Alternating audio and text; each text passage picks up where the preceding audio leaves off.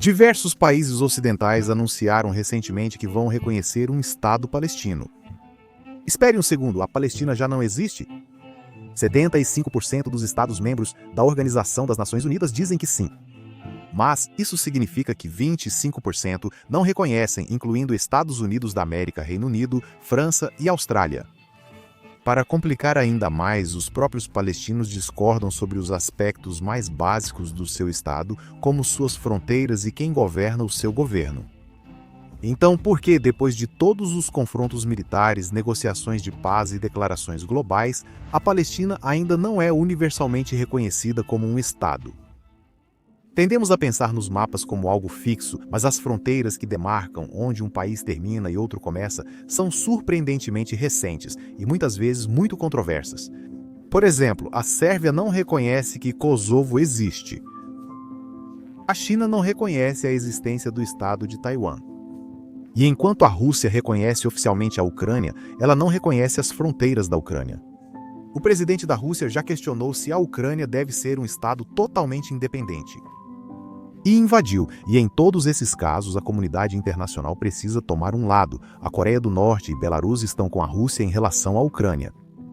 E a Rússia concorda com os sérvios, mas em nenhum outro lugar a luta sobre se um país existe ou não recebeu mais atenção do que a disputa por este pedaço de terra bem aqui. Esta é a terra de Israel-Palestina, a Terra Santa, chame como quiser. Judeus e palestinos há muito tempo chamam esse lugar de lar, mas por milhares de anos esse lar não era um país com fronteiras reconhecidas internacionalmente. Era um pequeno canto de uma região maior dentro de um império ainda maior. Veja este mapa do Império Otomano de 1794. Precisamos dar um zoom, mas o que você vai ver é uma grande região chamada Sham, Síria, que está cheia de outras regiões sem fronteiras. O centro da nossa história é aqui, Palestina, que, como pode ver, não tem fronteira real. Essas regiões tinham áreas administrativas chamadas sanjaks, que eram distritos de uma província maior. Para o Império Otomano e o mundo, a Palestina era considerada uma região sem fronteiras definidas. Mas, em meio à Primeira Guerra Mundial, o Império Otomano estava desmoronando. Em 1915, os britânicos queriam alguma ajuda para acelerar a queda do Império. Em troca de uma revolta árabe contra o Império Otomano, os britânicos prometeram independência árabe em praticamente todo o Oriente Médio, incluindo a Palestina.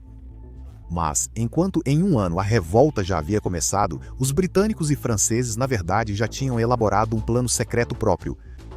Assumindo que o mundo funcionaria como sempre funcionou, com impérios maiores e mais fortes conquistando e governando vastos territórios, os britânicos e franceses dividiram o Oriente Médio entre eles. Após o colapso do Império Otomano na Primeira Guerra Mundial, Grã-Bretanha e França controlaram grande parte do Oriente Médio. Mas o plano secreto deles tinha um problema: o colonialismo tradicional estava acabando. Grupos étnicos no mundo inteiro buscavam autogoverno e descolonização. Então, os britânicos começaram a falar pelos dois lados da boca, prometendo algum tipo de autodeterminação para as várias populações da região, semeando divisão enquanto consolidavam o poder para si mesmos. Eu sei, colonialismo puro. O secretário de Relações Exteriores britânico declarou em 1917 que os britânicos, abre aspas, veem positivamente o estabelecimento de um lar nacional para judeus na Palestina. Ou seja, os britânicos faziam promessas a todos. A confusão aumentou as tensões entre a antiga maioria árabe da região e as comunidades judaicas minoritárias. Tensões que foram exacerbadas por ondas de imigrantes judeus fugindo da perseguição na Europa. Em 1936, árabes na Palestina se revoltaram contra os britânicos, acusando-os de trazer uma entidade estrangeira para governar o local, referindo-se aos judeus. Após a revolta, os britânicos suspenderam a imigração judaica para a Palestina, enquanto o destino dos judeus europeus se agravava. Mas os britânicos não pararam. Estavam prestes a mudar radicalmente o discurso político, com efeitos até hoje com sua segunda sugestão: dividir a terra em dois estados, um judeu e um árabe. Esse foi o primeiro plano formal de dois estados. Enquanto a comunidade judaica apoiou a ideia, os árabes palestinos a viam como apropriação de terras. E os britânicos praticamente não tomaram medidas para implementá-lo. Mas, pouco mais de uma década depois, a Organização das Nações Unidas aprovou um plano de partilha semelhante. Um Estado judeu aqui, aqui e aqui, e um Estado árabe ali, ali e ali. Os judeus aceitaram essas fronteiras, felizes por finalmente ter um Estado após 2000 anos de espera. Mas os árabes reagiram. Ei, Organização das Nações Unidas, quem lhes deu o direito de entregar nossa terra? A Organização das Nações Unidas respondeu: esse direito foi concedido quando todos concordaram em entrar para a Organização das Nações Unidas. Quando os britânicos partiram em 14 de maio de 1948, o Estado de Israel foi declarado e logo reconhecido pelos Estados Unidos da América e União Soviética. Em menos de um ano, 30 países reconheceram o Estado judeu de Israel. Os estados árabes vizinhos discordaram e invadiram. Quando os combates terminaram um ano depois, Israel não apenas sobreviveu, mas também expandiu muito suas fronteiras. Mais território, mas ainda sem acesso à cidade velha de Jerusalém, ao Muro das Lamentações e ao Monte do Templo. Aqui a realidade começa a se fragmentar oficialmente. Para quem reconhece o Estado de Israel, os mapas ficam assim. Mas, na Jordânia, os mapas são assim. Não há qualquer reconhecimento de Israel. Para outros estados árabes, os mapas eram assim. Sem reconhecimento de Israel ou da ocupação da Cisjordânia pela Jordânia. 3 versões diferentes da realidade que frequentemente colidiam entre si em espasmos de violência. Durante décadas, as forças de defesa de Israel entraram em confronto com militantes palestinos financiados pelo Egito vindos de Gaza, que atacavam comunidades israelenses na fronteira, com o objetivo de um dia conquistar toda a Palestina. Parece familiar, mas tudo mudou novamente, e os mapas do Oriente Médio foram redesenhados em 1967. Egito e Síria preparavam-se para invadir Israel. Israel evitou riscos e fez um ataque preventivo devastador. O território sob controle de Israel triplicou de tamanho e agora incluía Gaza e a Cisjordânia, incluindo Jerusalém Oriental. Esses 2 últimos eram onde a grande maioria da história judaica antiga aconteceu. Muitos judeus ficaram animados em retornar à Judéia e Samaria, como são conhecidas biblicamente. As imagens de soldados judeus em Jerusalém Oriental, no Muro das Lamentações e especialmente no topo do antigo Templo de Salomão foram muito inspiradoras para judeus e perturbadoras para muçulmanos. Israel rapidamente anexou Jerusalém Oriental, criando mais uma realidade controversa, onde os israelenses veem Jerusalém de uma forma e o resto do mundo vê de outra. Mas, ainda mais importante era o restante do território, que Israel simplesmente ocupou. Dentro de Israel, havia opiniões diferentes sobre o que fazer com esses territórios ocupados. Alguns queriam devolvê-los para obter paz com os estados árabes.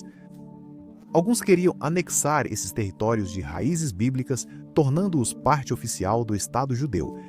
Mas, com os estados árabes se recusando a reconhecer a existência de Israel, muito menos negociar, os territórios permaneceram em um limbo e as tensões só aumentaram. Nesses territórios ocupados, os palestinos quase não tinham voz sobre o governo de seus assuntos. Eles seguiam as políticas do governo israelense, mas não podiam votar nas eleições. Existe uma palavra para isso. Não é democracia, mas deixa para lá. Com o aumento das aspirações palestinas por um Estado, também crescia a militância contra Israel. O principal motor dessa violência era a Organização para a Libertação da Palestina, a Organização para a Libertação da Palestina, que reivindicava toda a Palestina com as fronteiras que tinha durante o mandato britânico, negava qualquer ligação judaica com a terra e se comprometia com a luta armada como a única forma de libertar a Palestina. No lado israelense, surgiu um movimento para povoar áreas ocupadas por Israel em 1967, os assentamentos. A primeira onda de colonos que se mudou para a Cisjordânia sentia que as fronteiras de Israel até 1967 eram essencialmente indefensáveis e que, para a segurança de longo prazo de Israel, o país precisava permanecer na Cisjordânia. Para isso, começaram a levar suas famílias para a Cisjordânia, forçando o governo israelense a enviar o exército e controlar o território. O outro grupo de colonos era formado por idealistas judeus movidos pelo desejo de viver na terra bíblica e queriam garantir que Israel mantivesse o controle sobre Judeia e Samaria. Então, esses israelenses iniciaram comunidades na Cisjordânia, Sinai e Gaza. Os assentamentos judaicos no Sinai foram desmantelados em 1982 após um acordo de paz entre Egito e Israel. Israel devolveu o Sinai ao Egito e o Egito se tornou o primeiro Estado árabe a reconhecer a existência de Israel. Obrigado. Nós existimos. O próximo acordo de paz foi entre Israel e a Jordânia em 1994. A Jordânia finalmente concordou em reconhecer a existência de Israel, mas, diferente do acordo com o Egito, a Jordânia não quis o retorno da Cisjordânia. Principalmente porque a Organização para a Libertação da Palestina já havia reivindicado oficialmente a terra 6 anos antes, em 1988, foi quando a Organização para a Libertação da Palestina deu seus primeiros passos reconhecidos internacionalmente para realizar o sonho nacional palestino. Um poeta palestino redigiu a Declaração de Independência da Palestina. A Organização para a Libertação da Palestina ratificou a declaração, nomeando seu presidente, Yasser Arafat, como presidente. Ao declarar Jerusalém como capital da Palestina, o documento foi intencionalmente vago sobre as fronteiras desse novo Estado. O Estado da Palestina estava aqui ou aqui? Ao permanecer vaga, a Organização para a Libertação da Palestina permitia que grupos com diferentes visões de futuro se unissem sob o mesmo teto. Grupos que queriam estados judeus e árabes vivendo lado a lado podiam trabalhar juntos com grupos que queriam ver Israel riscado do mapa. Essa falta de clareza impedia que os israelenses soubessem as reais intenções da Organização para a Libertação da Palestina. Em um ano, 89 países já tinham reconhecido o novo Estado da Palestina. Com o tempo, esse número dobraria, mas havia resistências críticas, Estados Unidos e aliados europeus de Israel. Para eles, o reconhecimento de um Estado palestino só poderia acontecer quando israelenses e palestinos parassem de se atacar, sentassem juntos e negociassem um acordo de paz, reconhecessem a existência do Estado independente um do outro e reconhecessem as fronteiras de cada um. O reconhecimento ocidental do Estado da Palestina seria a recompensa dos palestinos por encerrar quase um século de violência entre essas duas comunidades e finalmente fazer as pazes com Israel. Na década de 1990, parecia que isso finalmente aconteceria. Os Estados Unidos, Israel e a Organização para a Libertação da Palestina elaboraram os Acordos de Paz de Oslo. A Organização para a Libertação da Palestina reconheceu a existência do Estado de Israel e Israel reconheceu a Organização para a Libertação da Palestina como representante do povo palestino.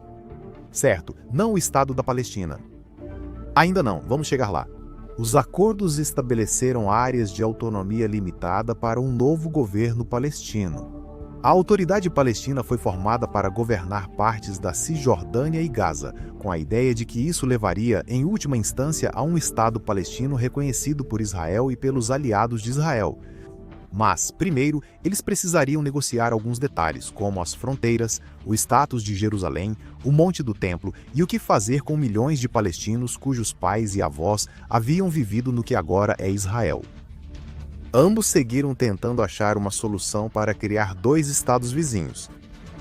Mas havia forças poderosas dos dois lados que não queriam que a terra fosse dividida em dois estados independentes, grupos israelenses e palestinos que se recusavam a reconhecer a existência de outro estado em sua terra.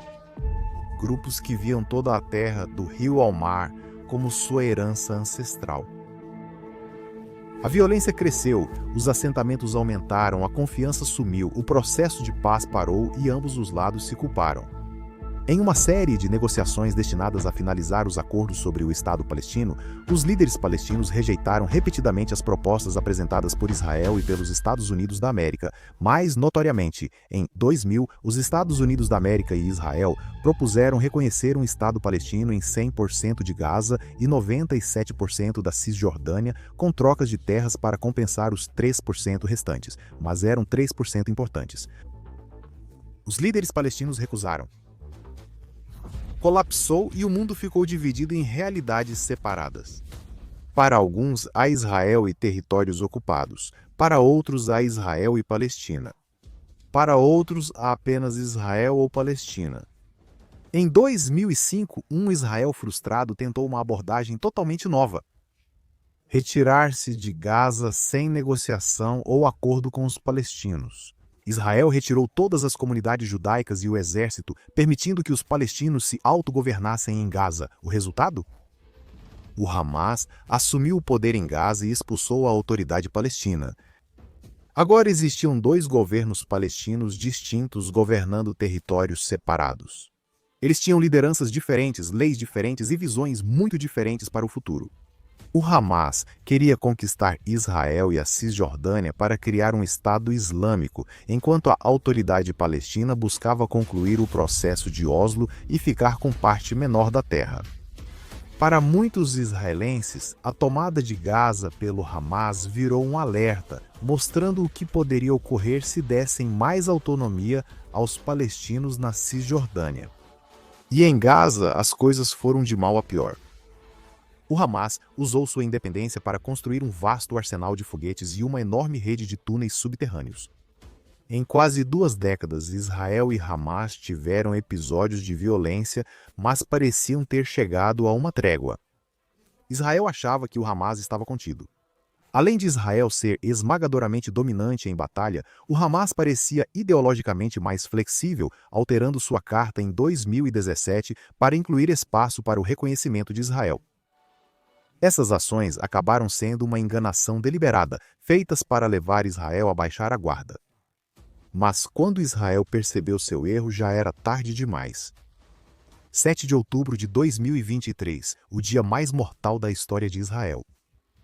Para os israelenses, 7 de outubro foi a prova de que os palestinos não poderiam receber um Estado independente tão cedo. Reconhecer um Estado palestino seria um grave erro. Mas os palestinos discordaram.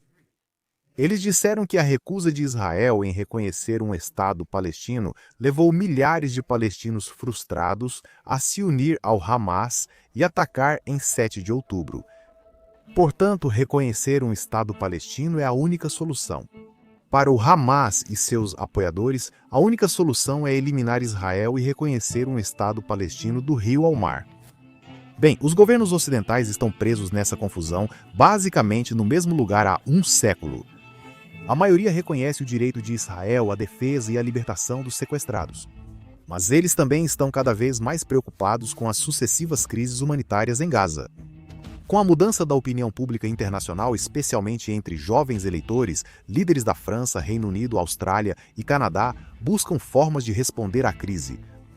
Eles querem pressionar Israel para parar os combates, sair de Gaza e avançar no reconhecimento de um Estado palestino.